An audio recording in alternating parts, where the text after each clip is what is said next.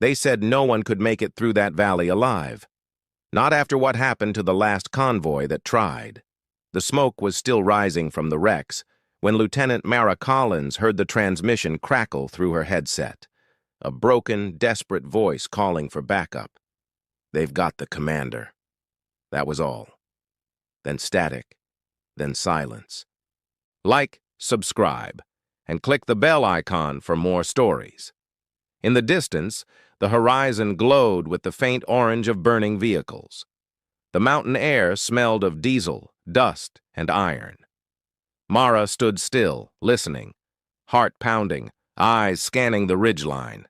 The sound of rotor blades faded overhead as their support chopper turned back toward base. Command had called for a retreat. But retreat wasn't a word Mara had ever believed in. Not when her team was still out there.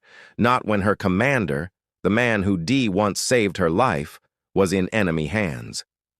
The camera would move in close, her jaw set, a single tear of sweat running down her dirt-streaked cheek. Around her, the wind picked up, carrying the distant sound of gunfire echoing from the canyon below. Inside the tactical tent, the rest of the unit debated options. No extraction team was available for at least 8 hours. The enemy was heavily armed, the terrain impossible for armored vehicles. But Mara didn't wait for orders. She loaded her rifle, checked her sidearm, and packed 2 extra magazines. When a young private asked where she was going, she didn't look back. To bring him home. Outside, the camera would follow her through the darkness as she disappeared into the valley, alone, her figure swallowed by the shadows of the mountains. And for a moment the world went quiet.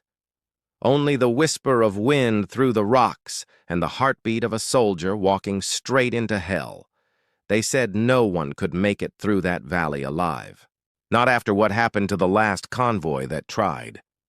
The smoke was still rising from the wrecks when Lieutenant Mara Collins heard the transmission crackle through her headset, a broken, desperate voice calling for backup. They've got the commander. That was all. Then static, then silence. Like subscribe and click the bell icon for more stories. In the distance, the horizon glowed with the faint orange of burning vehicles. The mountain air smelled of diesel, dust, and iron. Mara stood still, listening, heart pounding, eyes scanning the ridgeline. The sound of rotor blades faded overhead as their support chopper turned back toward base. Command had called for a retreat. But retreat wasn't a word Mara had ever believed in, not when her team was still out there, not when her commander, the man who'd once saved her life, was in enemy hands. The camera would move in close, her jaw set, a single tear of sweat running down her dirt-streaked cheek. Around her, the wind picked up, carrying the distant sound of gunfire echoing from the canyon below. Inside the tactical tent, the rest of the unit debated options. No extraction team was available for at least 8 hours. The enemy was heavily armed, the terrain impossible for armored vehicles.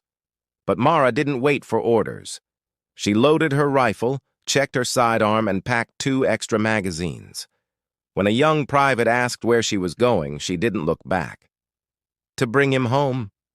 Outside, the camera would follow her through the darkness as she disappeared into the valley, alone, her figure swallowed by the shadows of the mountains. And for a moment, the world went quiet. Only the whisper of wind through the rocks and the heartbeat of a soldier walking straight into hell. From a ridge overlooking the valley floor, Mara saw it, the enemy compound. A fortress of sandbags and steel built among the ruins of an old village. Dozens of fighters moved inside, their voices echoing faintly through the cold morning air. Trucks were parked in rows, weapons mounted, and at the center, a single metal structure, the command shack. Through her binoculars, Mara could just make out a figure tied to a post inside, the commander, alive, but barely. His uniform torn, his head slumped forward.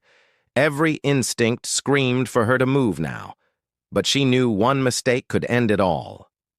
The camera would track a slow pan across her face as she studied every movement inside the camp. She counted guards, noted blind spots, the rhythm of the patrols. Every detail mattered. As she adjusted her scope, she saw something else. A group of fighters loading a vehicle with explosives. They were planning to move at dawn. Whatever operation they had planned, it would devastate nearby villages. Mara realized her mission wasn't just about saving one man anymore. It was about stopping a massacre. She radioed back to command, whispering coordinates. But there was only static. The mountains had cut her signal. She was completely alone. Her mind raced. How to infiltrate, how to extract him, how to destroy the convoy before it moved. She had 2 grenades, limited ammo, and the element of surprise. That was all. The sun began to rise, gold lights spilling over the cliffs.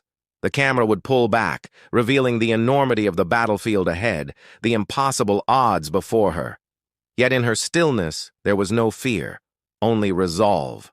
She slung her rifle, tightened her vest, and whispered, "Let's finish this." Then she started down the ridge, alone, toward the lion's den. Mara moved like a ghost between the shadows of half-collapsed buildings. The compound was waking up, fighters shouting orders, the clatter of metal, the distant roar of engines. She pressed against a wall, her pulse steady despite the chaos around her. The camera would follow close as she slipped through a narrow alley, the morning light cutting across her face. Sweat mixed with dust on her skin. Every step mattered. Every sound could mean death. She reached the perimeter fence, barbed wire loosely tied at one corner. She used a broken piece of rebar to lift it, crawling beneath. Inside, the ground was littered with shell casings and footprints. The stench of oil and gunpowder filled the air. She crouched behind an old generator, watching a pair of guards pass by. She waited for their laughter to fade, then moved toward the shack. Each second stretched like eternity. Inside, the commander stirred weakly, sensing something. His eyes opened, hazy, bloodshot, and for a moment, he thought he saw a ghost in the doorway. But no, it was her. Mara placed a finger to her lips. Silence. Then she began cutting the ropes with her knife, her hands trembling.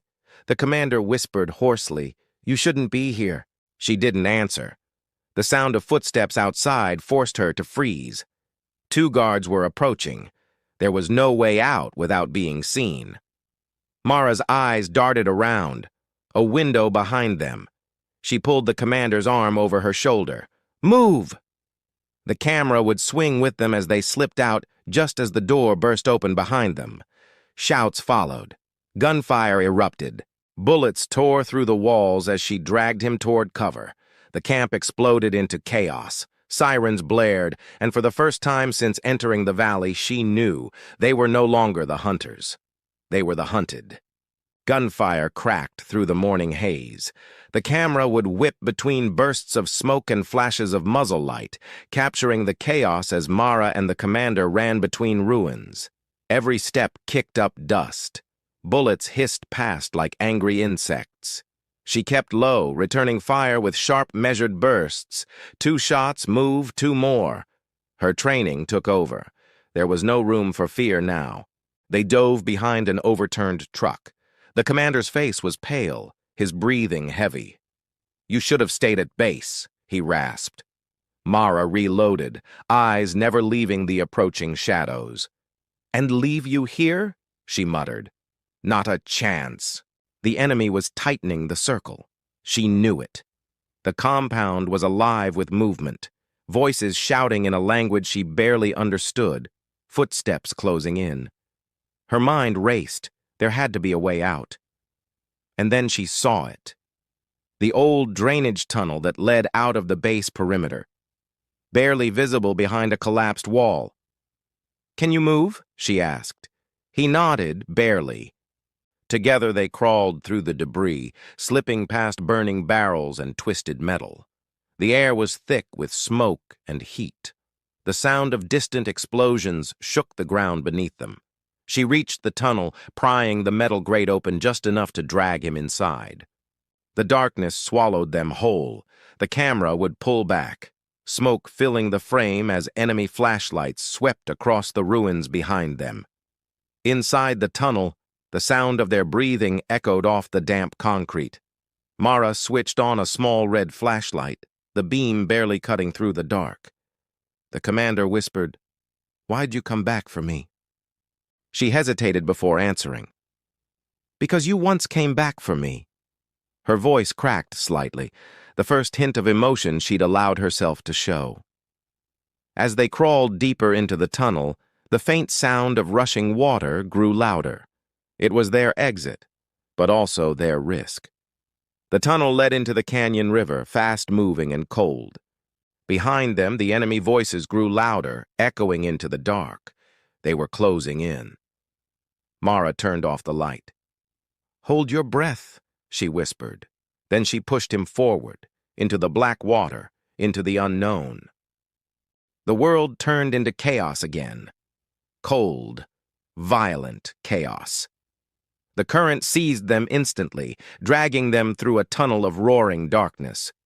The camera would twist and tumble with them, flashes of light piercing through cracks above as the river hurled them downstream. Mara fought to keep hold of the commander, his body limp against the force of the water. Her lungs screamed for air. She broke the surface once, just long enough to gasp. Then the current slammed her into a rock. Pain seared through her shoulder. She gritted her teeth, refusing to let go. Finally, the current spat them out into open daylight. The water shimmered in the rising sun, carrying debris and broken branches. They washed up against a shallow bank, gasping, coughing, alive. Mara dragged the commander onto the shore, collapsing beside him. The camera would hover overhead, two battered figures lying side by side, surrounded by wilderness and silence. She looked at him, his face pale, eyes barely open. "You're safe now," she said softly, though she knew they weren't. The enemy wouldn't stop, not after the chaos she'd caused. She tore a strip from her uniform to bandage his arm, her hands trembling slightly. The exhaustion was setting in, but her mind stayed sharp, calculating the next move. They needed higher ground, somewhere to call for extraction. The mountains rose steeply around them, jagged and unforgiving. The path ahead was brutal, and yet she stood, water dripping from her gear, rifle still slung across her shoulder. The camera would tilt upward as she looked to the horizon. "We're not done," she whispered. Behind them, faint sounds echoed through the valley. Distant shouts, the hum of engines. The enemy had found the river's exit.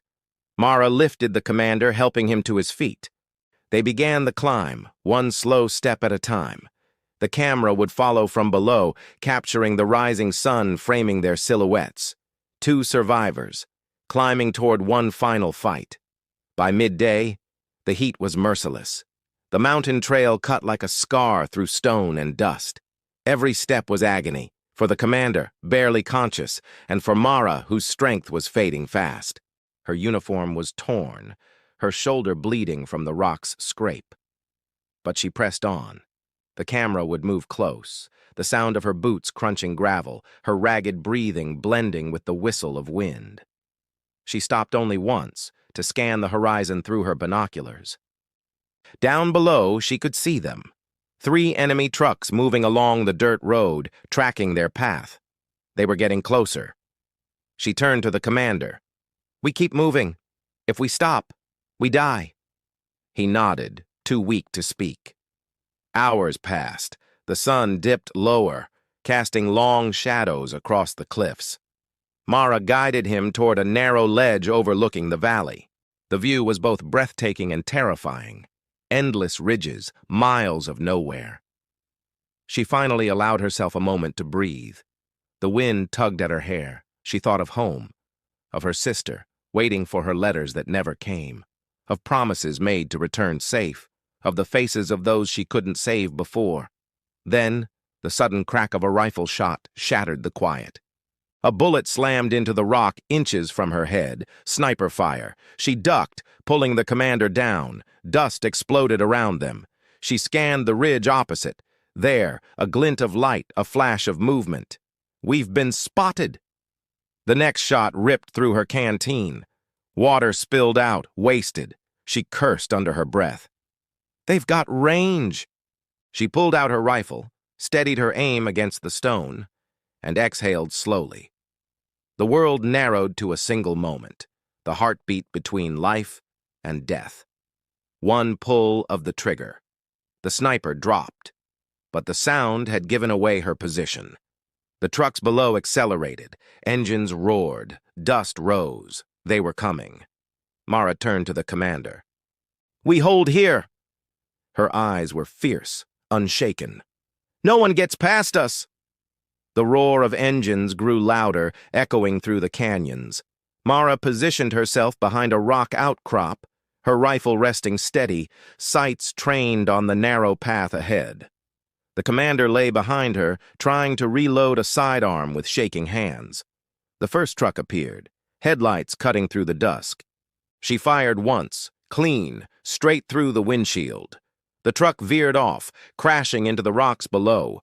The second swerved, troops pouring out, shouting in panic. The camera would swing between muzzle flashes and the raw determination in her eyes. Each shot was precise, disciplined. She moved like she'd trained for this her entire life, not for glory, but for survival. They came in waves. Bullets tore through the air, ricocheting off stone. She ducked, reloaded, fired again. The commander joined her, firing weakly but with purpose. For a moment, they were soldiers again, side by side, back in rhythm, but they were outnumbered. Ammo was running low. The sun dipped below the ridge, painting the world in blood-red light. Then Mara saw it. The old fuel barrels left near the trail from years ago, half buried under sand. She grabbed a flare, lit it, and tossed it down. The camera would track the flare's descent, a streak of red against the dark, before it landed and ignited the ground below in a massive explosion.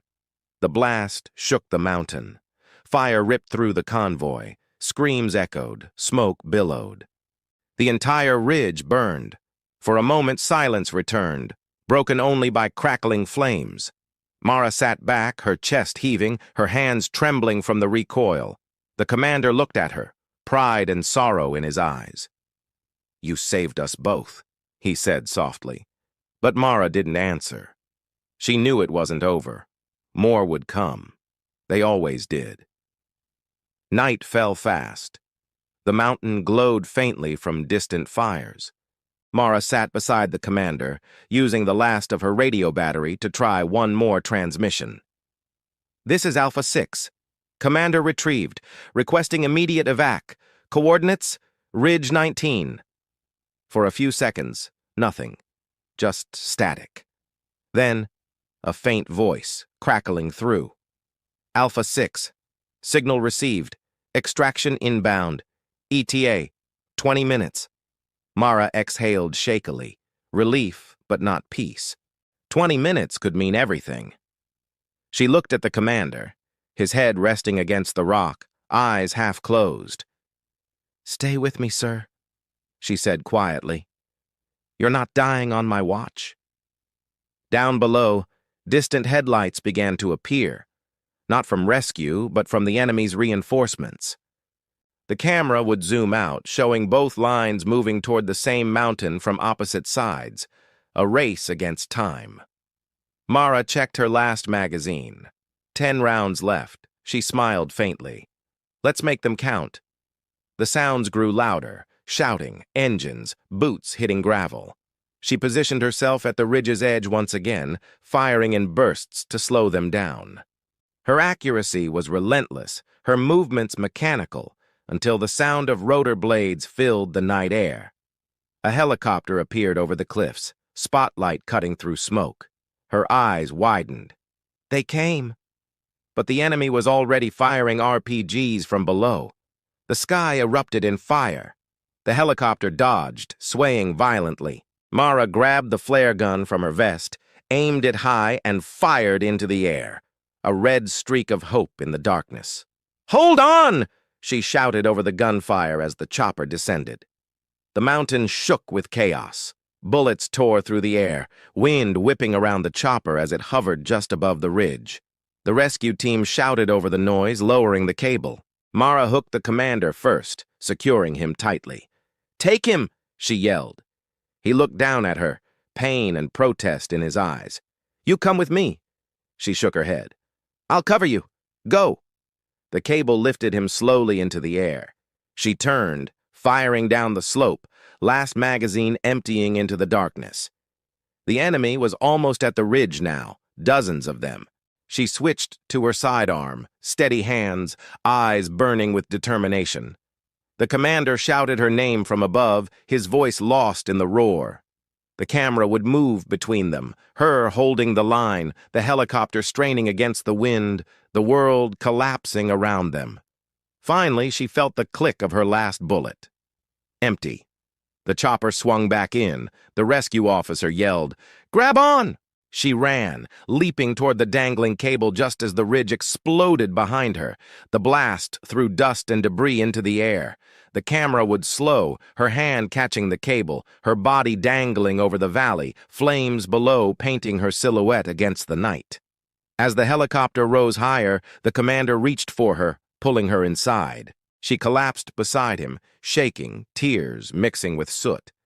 For a long moment, neither spoke. Then the commander turned to her, his voice hoarse. "You disobeyed direct orders." Mara looked out the window at the burning valley below.